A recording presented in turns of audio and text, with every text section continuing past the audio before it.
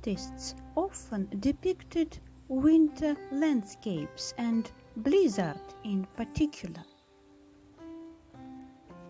Suffice it to mention Georgy Sviridov, Ferenc Liszt, and the snowstorm created by Francisco Goya